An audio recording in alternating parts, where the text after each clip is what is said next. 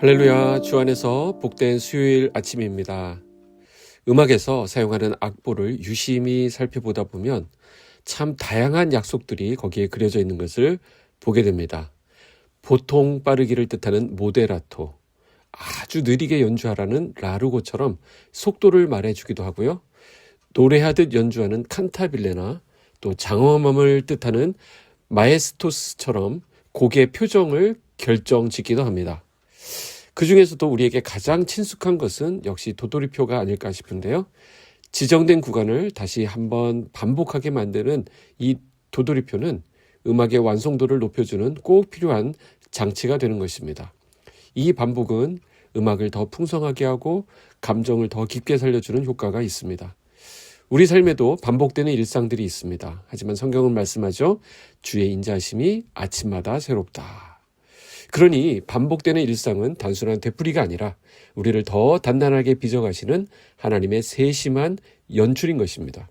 오늘도 우리 삶의 지휘자이신 주님을 신뢰하며 의미 있는 반복을 이어가는 사랑하는 여러분들을 주님의 이름으로 축복합니다.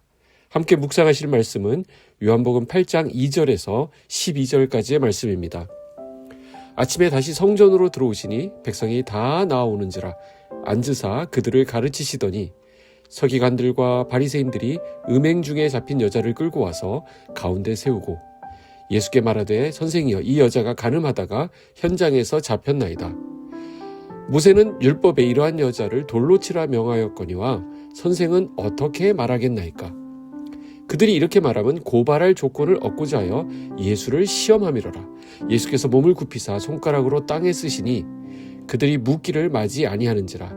이에 일어나 이르시되 너희 중에 죄 없는 자가 먼저 돌로 치라 하시고 다시 몸을 굽혀 손가락으로 땅에 쓰시니 그들이 이 말씀을 듣고 양심의 가책을 느껴 어른으로 시작하여 젊은이까지 하나씩 나가고 오직 예수와 그 가운데 섰는 여자만 남았더라. 예수께서 일어나사 여자 외에 아무것도 없는 것을 보시고 이르시되 여자여 너를 고발하던 그들이 어디 있느냐 너를 정죄한 자가 없느냐. 대답하되 주여 없나이다. 예수께서 이르시되 나도 너를 정죄하지 아니하노니 가서 다시는 죄를 범하지 말라 하시니라. 예수께서 또 말씀하여 이르시되 나는 세상의 빛이니 나를 따르는 자는 어둠에 다니지 아니하고 생명의 빛을 얻으리라. 아멘. 이른 아침입니다. 성전이고요. 예수님의 가르침이 울려 퍼지는 그곳에 서기관과 바리새인들이 음행하다가 잡힌 여인을 끌고 들어옵니다. 여러분, 오늘 본문 속에 이 여인의 입장이 되어 잠시 상상해 보십시오. 음행의 현장에서 잡혀 성전 한복판으로 끌려 나온 이 여인에게 이 거룩한 성전은 더 이상 은혜의 처소가 아니었습니다. 자신을 둘러싼 군중들의 눈빛은 살기등등했고 그들이 손에 쥔 돌멩이는 당장이라도 숨통을 끊어놓을 듯 무거웠습니다. 물론 여인은 부끄러운 죄를 지었습니다. 변명의 여지가 없어요. 그러나 그를 끌고 온 군중들을 보십시오. 그들은 정의라는 이름 뒤에 숨어서 타인의 비극에 과몰입하고 있습니다. 한 여인의 수치심을 미끼 삼아서 자신들의 의로움을 증명하려 하고 있고 심지어 그 비극을 이용해서 예수님을 함정에 빠뜨리려고 합니다. 이 여인에게 세상은 차갑고 날카로운 돌날과도 같았습니다. 생각해 보십시오. 돌로 치라 하면 로마법을 어기는 것이 됩니다. 놓아주라고 하면 유대의 율법을 무시하는 것이 됩니다. 그야말로 진퇴양난의 상황입니다. 그들은 기가 막힌 수를 던진 것입니다. 여기서 빠져나갈 수는 없는 것이죠. 그런데 그들에게 이 여인은 어떻습니까? 한 인간으로서 이 여인을 보고 대우하고 있지 않습니다. 그저 정적을 제거하기 위한 미끼에 불과했습니다. 우리도 때로 진리라는 이름으로 혹은 신앙적인 지식이라는 잣대로 누군가를 함정에 빠뜨리거나 정죄의 눈길로 바라보고 있지는 않습니까? 지금 이 순간 내 마음의 손에 누군가를 치기 위한 돌멩이를 꽉 쥐고 있지는 않은지 우리 스스로를 정직하게 돌아볼 수 있기를 원합니다. 자, 이런 집요한 질문 앞에 예수님은 묵묵히 땅에 글을 쓰시더니 정적을 깨고 한마디를 던지십니다. 너희 중에 죄 없는 자가 먼저 돌로 치라. 이 말씀은 화살처럼 날아가 사람들의 양심을 찔렀습니다. 타인을 향했던 그 날카로운 시선이 비로소 자기 자신에게로 되돌아온 것입니다. 율법의 잣대를 남에게 휘두를 때는 당당했지만 그 잣대를 자신에게 비추자 아무도 자유로울 수 없었습니다. 결국 어른부터 젊은이까지 손에 들었던 돌을 내려놓고 하나둘 자리를 떠납니다. 우리도 그렇지 않을까요? 남의 드러난 죄는 현행범처럼 엄하게 다스리면서 아직 들키지 않은 나의 죄 앞에서는 우리가 얼마나 관대합니까? 근데 주님은 다 알고 계십니다. 우리가 가리키는 그 죄인을 보기 전에 그 죄인을 정죄하고 있는 우리 자신을 먼저 보라고 말씀하시는 것입니다.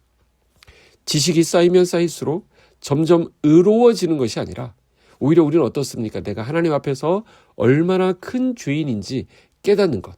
이게 참된 신앙의 깊이임을 기억해야 합니다. 자, 이제 모두 떠나고 여인과 단둘이 남게 되었을 때 주님은 선포하십니다. 나도 너를 정죄하지 아니하노니 가서 다시는 죄를 범하지 말라. 세상 사람들은 비난의 돌을 던졌지만 주님은 용서의 기회를 주셨습니다. 이것은 오직 죄가 없으신 하나님만이 하실 수 있는 권위 있는 선언입니다. 주님은 여인의 죄를 가볍게 여기신 것이 아니죠. 그 죄의 대가를 친히 십자가에서 담당하실 그 사랑으로 이 여인을 덮어주신 것입니다. 그래서 그리스도인은 스스로 깨끗해진 사람이 아닙니다.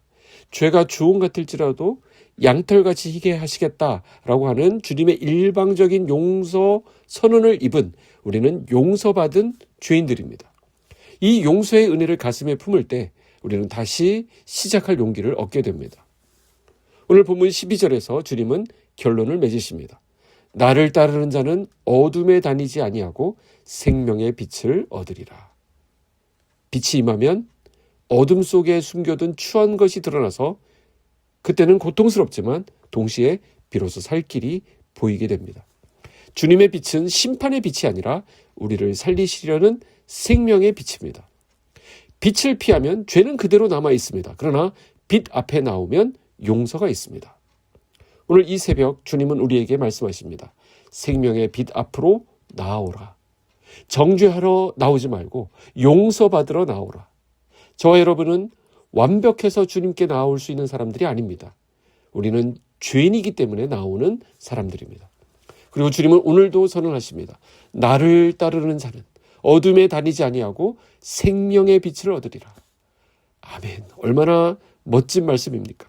오늘 하루 정죄가 아니라 은혜로 살고 판단이 아니라 긍휼로 살아가고 어둠이 아니라 빛 가운데 살아가는 저와 여러분 되시기를 주님의 이름으로 축복합니다. 기도하겠습니다. 사랑과 은혜가 풍성하신 하나님 아버지, 오늘도 말씀을 통해 세상의 빛으로 오신 주님을 바라보게 하시니 감사합니다. 사랑의 주님, 우리의 마음을 비추어 주시옵소서. 정죄하려던 마음을 내려놓게 하시고 먼저 주님의 빛 앞에서 나 자신을 돌아보는 겸손의 영을 허락하여 주시옵소서. 오늘 하루도 주님의 빛이 우리의 생각과 말과 행동을 인도하여 주시고 우리가 있는 자리마다 정죄가 아니라 은혜가 흐르게 하여 주시옵소서. 멀리 떨어져 있는 우리 빛소금의 가족들을 위해 기도합니다. 그들이 어디에서 무엇을 하든지 이 은혜의 공동체를 기억하게 하시고 그들의 건강과 안전을 지키시사 은혜와 평강을 누리게 하여 주시옵소서. 예수 그리스도의 이름으로 기도하옵나이다. 아멘.